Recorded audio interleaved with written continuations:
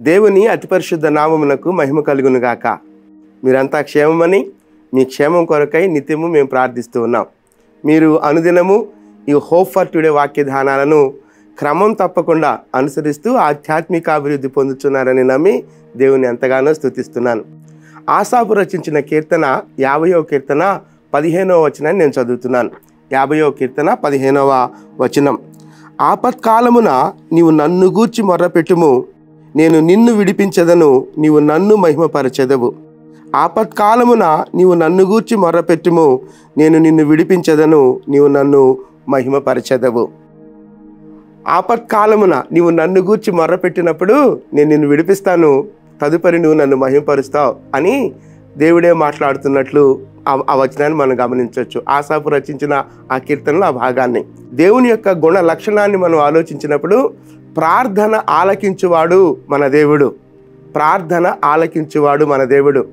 కనుక ఎలాంటి ఆపత్కాలాల గుండా మనం వెళ్తున్నప్పటికీ, లేకపోతే ఎలాంటి ఆపత్కరమైనటువంటి పరిస్థితుల గుండా వెళ్తున్నప్పటికీ మనము ఆయన సన్నిధిలో ప్రార్థన చేయటమే తరువాయి. మనము ఆయన సన్నిధిలో మన విన్నపాన్ని తెలియచేయటమే తరువాయి. దేవుడు ప్రతిస్పందించే దేవుడిగా ఉంటాడు. ఆ ప్రతిస్పందించి ఆ పరిస్థితుల నుంచి మనను బయటికి తీసుకొని వచ్చినప్పుడు తత్ఫలితంగా మనం చేయవలసింది ఏంటి అని అంటే, ఆయనకు చెందవలసిన మహిమను మనం ఆయనకు ఆపాదించాలి. ఎందుకు అనంటే, దేవుడు ప్రార్థన ఆలకించు దేవుడు.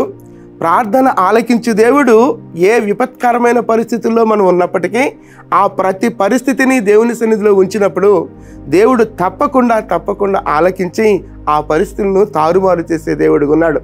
బైబిల్లో అనేక మంది భక్తుల జీవితాలను మనం గమనించినప్పుడు, ఇదిగో ఈ క్షణంలోనే ప్రాణం పోతుంది అన్నట్లుగా, ఇదిగో ఈ క్షణంలోనే ఈ రాజ్యం శత్రు రాజు హస్తగతం కాబోతుంది అన్నప్పుడు, అలాంటి పరిస్థితుల్లో దేవుని సన్నిధిలో మొర్రపెట్టినప్పుడు హిజ్కియా కానీ ఆసా కానీ ఇలా మనం ఆలోచించినప్పుడు, దేవుని సన్నిధిలో మొర్రపెట్టినప్పుడు దేవుడు వారి మొర్రను ఆలకించి వారి ఆ అపాయకరమైన పరిస్థితి నుంచి, ఆ విపత్కరమైన పరిస్థితి నుంచి, ఆ అననుకూల పరిస్థితి నుంచి వారిని విడిపించిన స్థితి మనకు కనిపిస్తుంటుంది.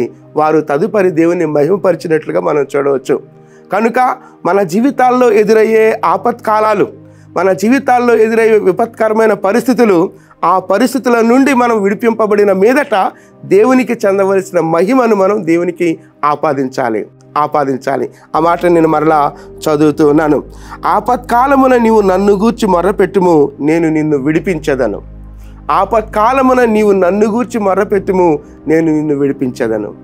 ఎవరెవరి దగ్గరికి వెళ్ళి మనం మొర్రపెడుతూ ఉంటాం. అన్నిటికంటే ప్రాముఖ్యంగా మొట్టమొదట దేవుని సన్నిధికి వచ్చి మొర్రపెట్టినప్పుడు దేవుడు కలుగు చేసుకునే దేవుడు ఆ పరిస్థితి నుంచి విడిపించే దేవుడు. కనుక ఈ వాక్యాన్ని మనం ధ్యానం చేస్తున్నప్పుడు, ఈ వాక్యాన్ని గురించి మనం ఆలోచిస్తున్నప్పుడు, ఎలాంటి అపాయకరమైన, ఎలాంటి ఆపత్కాలాల గుండా మనం వెళ్తున్నప్పటికీ ఆ పరిస్థితులను పట్టుకుని, దేవా ఇదిగో ఈ పరిస్థితుల్లో నేనున్నాను ప్రభువా, ఈ పరిస్థితి నుండి నన్ను విడిపించు ప్రభువా అని ప్రార్థన చేసినప్పుడు తప్పకుండా ఆయన విడిపించడానికి సిద్ధముగా ఉన్నాడు. నేను మరలా జ్ఞాపం చేస్తున్నాను, మన దేవుడు ప్రార్థన ఆలకించే దేవుడు, నిన్నుగా ఇష్టపడే దేవుడు, నీ మొర్రను ఆలకించే దేవుడు. ఎవరు ఈ లోకంలో ఎవరు నీ మొర్రను, నీ ఆలోచనను, లేకపోతే నీ వేదనను వినకపోయినా దేవుడు వినేవాడుగా ఉన్నాడు, ప్రార్థన ఆలకించేవాడుగా ఉన్నాడు. ఒకసారి మనం ఆలోచిద్దాం. ఏ పరిస్థితిలో ఉన్నా ఆ ప్రతి పరిస్థితిని పట్టుకొని, ఇదిగో ఈ ఆపత్కాలంలో నేనున్నాను, ఈ అపాయకరమైన పరిస్థితిలో నేనున్నాను, అది ఎలాంటి పరిస్థితి అయినా ఆ స్థితిగా పట్టుకొని వచ్చి దేవుని సన్నిధిలో ఉంచినప్పుడు, ఆ పరిస్థితిని తారుమారు చేసినప్పుడు మనము దేవుని స్తుతించే వారంగా ఉండాలి అని వాక్యం చెప్తుంది. ఒకసారి మనం ఆలోచిద్దాం. దేవుని సన్నిధిలోనికి వద్దాం. ఎలాంటి పరిస్థితి అయినా దేవుని సన్నిధిలో ఉంచి మనం ప్రార్థన చేయడానికి ఇష్టపడదాం. చిన్న ప్రార్థన చేస్తాను, నాతో కలిసి ఏకీభవించాలని మనం చేస్తున్నాను. మహోన్నతుడా, జీవము కలిగిన దేవా, నీవు కనికరము కలిగిన దేవుడవు, నీవు ప్రార్థన ఆలకించు దేవుడవు ప్రభువా. మా జీవితాలలో ఎలాంటి ఆపత్కాలాల గుండా మేము వెళ్తున్నప్పటికీ ఆ ప్రతి స్థితిని నీ సన్నిధిలోని తీసుకొని వచ్చినప్పుడు ఆ పరిస్థితుల నుంచి విడిపించే దేవుడో ప్రభా, తత్ఫలితంగా మేము మిమ్మలను మహిమపరచాలని ఆశిస్తున్న దేవుడో ప్రభువా, మేము మిమ్మలను స్తుతించాలని ఆశిస్తున్న దేవుడో ప్రభువా, మేము మీ సన్నిధికి వస్తున్నాం ప్రభువా.